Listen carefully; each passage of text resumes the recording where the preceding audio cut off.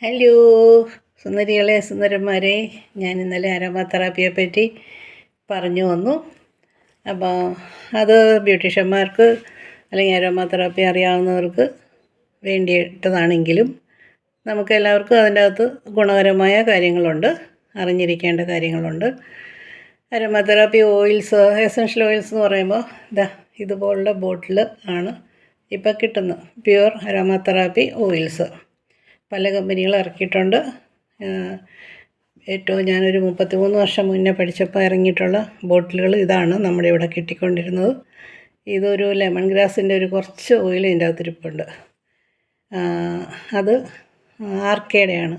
ഇപ്പോഴും അവരുടെ ബോട്ടിലുകൾ ഇതുപോലെ ഇപ്പോൾ ആർക്കേഡിൽ ഇറക്കുന്നുണ്ട്. അപ്പോൾ ഒരുപാട് കമ്പനികളുണ്ട്. അതിൽ ആർക്കെ തന്നെയാണ് ഞാൻ കൂടുതലും ഉപയോഗിക്കുന്നത്. പക്ഷേ എളുപ്പം കിട്ടാൻ സൗകര്യമുള്ളത് പല കമ്പനികളുടെ നാച്ചുറൽസ് എന്നൊക്കെ പറഞ്ഞ് ഇറങ്ങിയിട്ടുള്ള കമ്പനികളുണ്ട്. പക്ഷേ ഏറ്റവും സ്ട്രോങ് ആർക്കേഡ് ആയിരുന്നു. ഇപ്പം നമ്മൾ ഗ്രീസിലൊക്കെയാണ് ഇതിൻ്റെ നല്ല ഓയിൽസ് കിട്ടുന്നത്. അവിടെ കിട്ടുന്നത് അലൂമിനിയം ഇത്രയുള്ള ബോട്ടിലൊക്കെയാണ് കിട്ടുന്നത്. അലൂമിനിയം അടപ്പും അലൂമിനിയം കണ്ടെയ്നറും ഒക്കെ ആയിരിക്കും. എപ്പോഴും ബ്ലാക്ക് കളറിലെ ബോട്ടിലായിരിക്കണം എസൻഷ്യൽ ഓയിൽ ഇരിക്കേണ്ടത്. വെയിലടിക്കാൻ പാടില്ല. അത് സൂക്ഷിക്കേണ്ട. എപ്പോഴും നമ്മൾ മിക്സ് ചെയ്യുന്നത് പോലും അരണ്ട വെളിച്ചത്തിൽ വല്ല മെഴുകുതിരി വെട്ടത്തിലൊക്കെ മിക്സ് ചെയ്യുന്നതാണ് എപ്പോഴും നല്ലത്. അതിൽ പോലും നമ്മൾ ശ്രദ്ധിക്കണം. നമ്മൾ വെറുതെ എടുത്ത് ഉപയോഗിക്കേണ്ട ഒരു സംഗതി അല്ല ശരിക്കും aroma therapy oils, essential oils. അപ്പോൾ മാർക്കറ്റിൽ അങ്ങനെ പലതും കിട്ടും. ഞാനിപ്പോൾ പറയാൻ വന്നത് നമുക്കെല്ലാവർക്കും ഉപയോഗപ്രദമുള്ള, നിങ്ങളെല്ലാവരും കേട്ടുള്ള ഒരു കാര്യം ഉണ്ടാവും, റോസ്മേരി വാട്ടർ മുടിക്ക് വളരെ നല്ലതാണ്. റോസ്മേരിയുടെ ഇല ഉണങ്ങിയത് ഇങ്ങനെ നമുക്ക് മാർക്കറ്റിൽ വാങ്ങാൻ കിട്ടും. ഈ ഇല തിളപ്പിച്ച് വെള്ളം എടുത്ത് ഇതുപോലെയുള്ള സ്പ്രേ ബോട്ടിൽ കുറേശ്ശെ തിളപ്പിച്ചെടുത്ത് വയ്ക്കുക. അധികം ഉപയോഗിക്കേണ്ട ആവശ്യമില്ല. ഒരു 3-4 ദിവസം ഉപയോഗിക്കത്തക്ക വിധത്തിൽ വെള്ളം തിളപ്പിച്ചിട്ട് അത് അടച്ചു വയ്ക്കരുത്, തുറന്ന് വെച്ച് അത് തണുക്കുന്നിടം വരെ, തണുത്തതിന് ശേഷം സ്പ്രേ ബോട്ടിലാക്കി വെക്കുക. എന്നിട്ട് തലയോട്ടിൽ മുടി വകഞ്ഞു മാറ്റി തലയോട്ടിൽ ഇത് സ്പ്രേ ചെയ്ത് കൊടുക്കുക. മാർക്കറ്റിൽ ഇതുപോലെ റെഡി ടു ഇതിന് ആൽപ്സിൻ്റെ ഇറങ്ങിയിട്ടുണ്ട് റോസ്മേരി വാട്ടർ. ഇത് വളരെ നല്ലതാണ്. ഞാൻ പ്രൊമോഷന് വേണ്ടി പറയുന്നതല്ല കേട്ടോ. എന്നാലും ഇതിൻ്റെ അകത്ത് വേറെ അഡീഷണൽ 1-2 ഇൻഗ്രീഡിയൻസും കൂടെ അടങ്ങിയിട്ടുണ്ടെന്നാണ് എനിക്ക് തോന്നുന്നത്. ഞാൻ മറന്നുപോയി. ഇത് പ്യുവർ വാട്ടർ തന്നെയാണ് റോസ്മേരിയുടെ. അപ്പം റോസ്മേരി നമ്മൾ UK പോയിട്ടുള്ള പിള്ളേർക്കൊക്കെ അറിയാൻ പറ്റും. അവിടെയൊക്കെ പുല്ല്, നമ്മുടെ ഇവിടുത്തെ വഴിയിലൊക്കെ പുല്ല് കളിക്കുന്ന പോലെ അവിടെ റോസ്മേരി കളിച്ചിരിക്കുന്നത്. അതിൻ്റെ ഇലയൊക്കെ അവർക്ക് അവിടെ സുഖമായിട്ട് കിട്ടും. നമ്മളിവിടെ നല്ല വില കൊടുത്ത് വാങ്ങും. അപ്പോൾ അത് തലയിൽ ഉപയോഗിച്ചാൽ താരന് നല്ലതാണ്, മുടി കൊഴിച്ചിൽ ഇല്ലാതാകാനൊക്കെ നല്ലതാണ്. പൊതുവെ റോസ്മേരിക്ക് ഒരുപാട് ഗുണങ്ങളുണ്ട്. മുടി സിൽക്കിയാകും, മുടി നന്നായിട്ട് വളരും. കഷണ്ടിയിൽ പോലും മുടി കിളിക്കുന്നുണ്ട്. പെട്ടെന്ന് മുടി കൊഴിഞ്ഞ് തുടങ്ങുന്ന സമയത്ത് ആ ഭാഗത്ത് അവിടെ ആ ഏരിയ ഡെഡായി പോയി കഴിഞ്ഞാൽ അവിടെ മുടി കിളിക്കില്ല. അവിടെ ഇംപ്ലാന്റ് ചെയ്താൽ പിന്നെ കിളിക്കാൻ ചാൻസ് ഉള്ളൂ. അല്ലാതെ മുടി അവിടെ കിളിക്കില്ല. ഡെഡാകാത്ത ഹെയർ ഫോളിക്കിളാണെങ്കിൽ അതിൽ റോസ്മേരി വാട്ടർ ഉപയോഗിച്ചാലും, റോസ്മേരി ഓയിൽ ഇപ്പോൾ ഇതിൻ്റെ അകത്ത് ഒരു 10 തുള്ളി, ഒരു 100 ml വെളിച്ചെണ്ണയിലോ നമ്മൾ ഉപയോഗിക്കുന്ന ഏത് ഓയിലാണെന്ന് വെച്ചാൽ അതിൻ്റെ അകത്ത് ഒഴിച്ച് കഴിഞ്ഞാൽ റോസ്മേരി ഓയിലായി. അത് യൂസ് ചെയ്താൽ മതി. അല്ലാതെ ഇത് കോൺസെൻട്രേറ്റ് ആയിട്ട് ഒരു തലയിൽ ഇതുപോലത്തെ സാധനം വാങ്ങിച്ച് തലയിലേക്ക് കമത്തി കഴിഞ്ഞാൽ തലമുടി അവിടെ ആ ഏരിയയിൽ മുടി മുഴുവൻ പോകത്തേ ഉള്ളൂ. അത് ആ ഫോളിക്കിൾസ് പോലും കരിഞ്ഞു പോകും. അതിന് മാത്രം സ്ട്രോങ് ആയിട്ടുള്ള ഓയിലാണ് റോസ്മേരിയുടെ എസൻഷ്യൽ ഓയിലൊക്കെ. അപ്പം നമ്മൾ സൂക്ഷിച്ച് വേണം ഉപയോഗിക്കാൻ.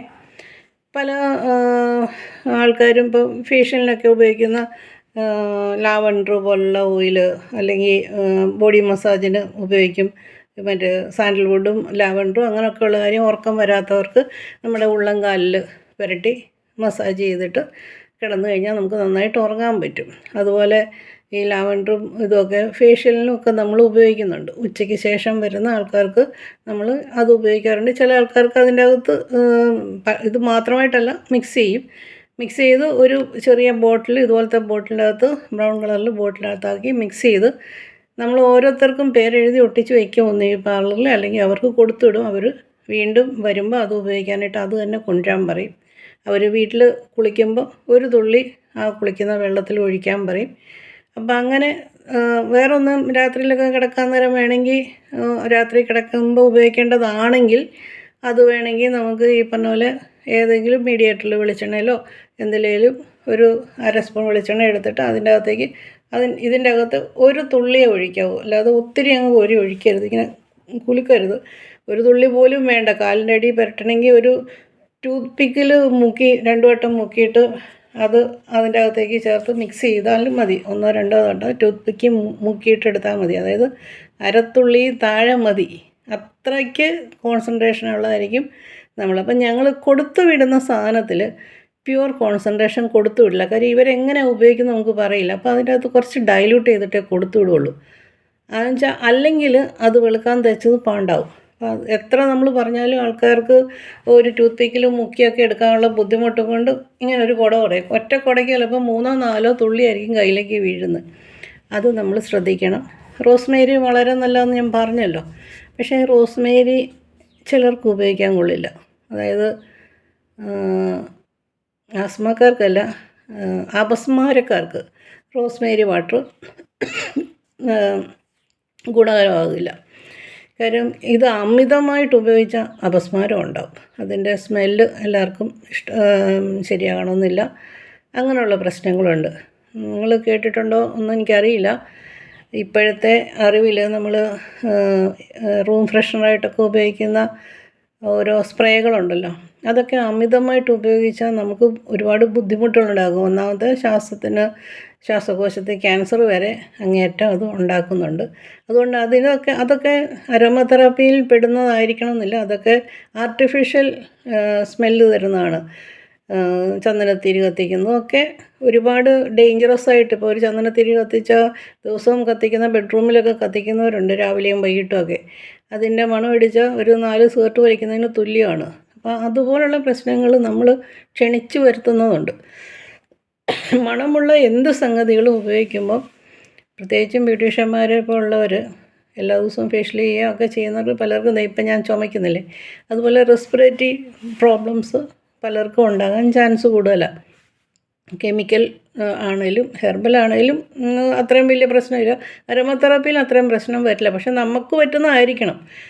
ഇപ്പം ഞാനൊക്കെ ഉപയോഗിക്കുന്ന എത്രയോ തരം ആൾക്കാർക്ക് എനിക്ക് പറ്റുന്നതായിരിക്കണമെന്നില്ല ഞാൻ ഫേഷ്യൽ ചെയ്യുന്ന സാധനം. അപ്പോൾ അതുപോലെ ഓരോ പ്രശ്നങ്ങളും നമ്മളെപ്പോൾ ഉള്ളവർക്ക് ഉണ്ടാകാൻ ചാൻസ് ഉണ്ട്. അപ്പോൾ അത് ശ്രദ്ധിക്കുക. ഞാൻ എഡിറ്റ് ചെയ്തിട്ടൊന്നുമല്ല ഇടുന്നത്, ഞാൻ ലൈവ് സംസാരിക്കുന്നു, അതുപോലെ ഇടുന്നു. അങ്ങനെയാണ്, അല്ലാതെ ഇതിനെ പറ്റിയൊന്നും കൂടുതലൊന്നും പഠിച്ചിട്ടിടുന്നൊന്നുമല്ല. തൽക്കാലം ഇങ്ങനെയൊക്കെ പോട്ടെ. അപ്പോൾ ഇനി ഓരോരോ ഓയിൽസ്, അതായത് നമ്മൾ മിക്സിങ് ഓയിൽസ് എന്ന് പറയില്ല, മിക്സ് ചെയ്യുന്നത് തന്നെ പല മീഡിയേറ്ററിൽ നമുക്ക് മിക്സ് ചെയ്യാം. വേണമെങ്കിൽ മറ്റേ കറ്റാർ വാഴപ്പോളയുടെ ഉള്ളിലിരിക്കുന്ന ജെല്ല് കറ മാറ്റിയിട്ട് എടുക്കുന്ന രീതിയൊക്കെ ആ രീതി ശ്രദ്ധിച്ചെടുക്കണം. കറയില്ലാത്ത വെള്ള ജെല്ല് മാത്രം എടുത്തിട്ട് അതിൽ നമുക്ക് മിക്സ് ചെയ്യാം ഈ അരോമ ഓയിൽസ്. ഇതുപോലെ റോസ്മേരിയുടെ ഇത് കിട്ടും, അത് നമുക്ക് യൂസ് ചെയ്യാം. ഒരു 100 ml ഈ ബോട്ടിലിൻ്റെ അകത്ത് ഒരു 10 തുള്ളി വേണ്ട, 5 തുള്ളി ധാരാളം മതി. അപ്പോൾ ഒഴിച്ച് കഴിഞ്ഞാൽ അല്ലെങ്കിൽ ഇത്രയും വെള്ളം എടുത്ത് വെച്ചാൽ അരഭാഗം വെള്ളം എടുക്കുക, ഒരു 4 തുള്ളി 3 തുള്ളി റോസ്മേരി എസൻഷ്യൽ ഓയിൽ ഒഴിക്കുക, നന്നായിട്ട് കുലുക്കുക, റോസ്മേരി വാട്ടറായി.